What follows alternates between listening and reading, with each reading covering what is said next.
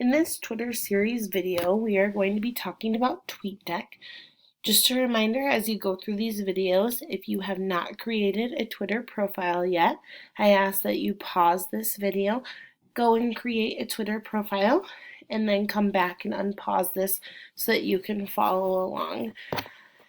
When looking at this video, we are going to be talking about TweetDeck. And as we continue our growth with using Twitter in the classrooms, we are going to be starting some different book Twitter chats and looking at some different educational chats and things such as that. So this is when TweetDeck would come in handy.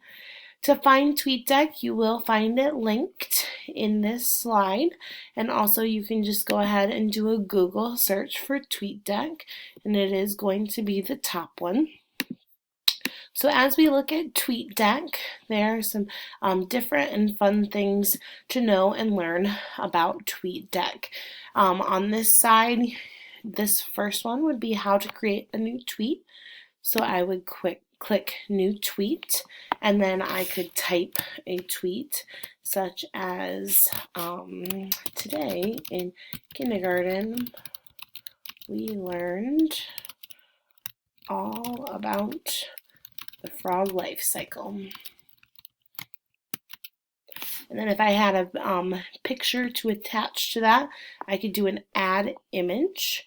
Or I could schedule this tweet, so if this is something that I didn't want to send out right now, but I wanted it more maybe sent out towards the end of the day as a reminder to parents, I could schedule this tweet. And when I'm done, I just go ahead and click tweet, and it is sent and all ready to go. So that was how to send a new tweet. I can also use this for search Twitter, looking up different hashtags, looking up different people. If I wanted to look up another coworker, I could start to type in their name, and this is the one that I'm looking for, and it's going to pop up with this. I can then go view their tweets by clicking on tweets, who they are following, who follows them, and how many different lists that they have. And then on the side are different hashtags and different users that I have decided to put into my TweetDeck. So I'm going to go ahead and delete this, and I'm going to add a new column. So if I wanted to add a new column, such as hashtag EHawkPride,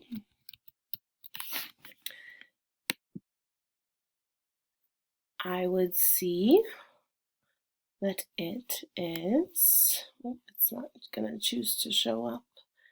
Here's our EHawkPride, there we go. That I can make this into a column, and I can just always be able to look at all the different things.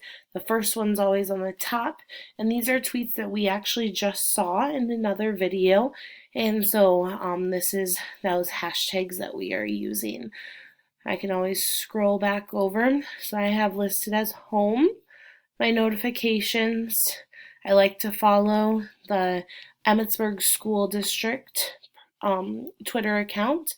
I follow my classroom Twitter account, and I'm also following that hashtag, my hashtag for my classroom and the hashtag for the Emmitsburg Community School Districts. You can always add a column down here by pressing Add Column. And there's different things. You can add your home, you can add a user, you can add notifications, other things such as likes and mentions and messages and things such as that. So I'd like you to take a moment and do two different things.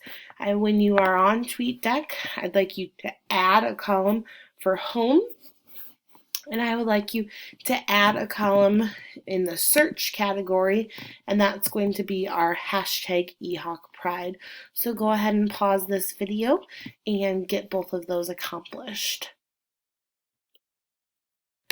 Alright, so now when you look at your TweetDeck, you should have your home, and I'm also going to move that EHawkPride. As you can see, I'm just clicking and dragging. So your TweetDeck should look like mine with the home and the hashtag EHawkPride.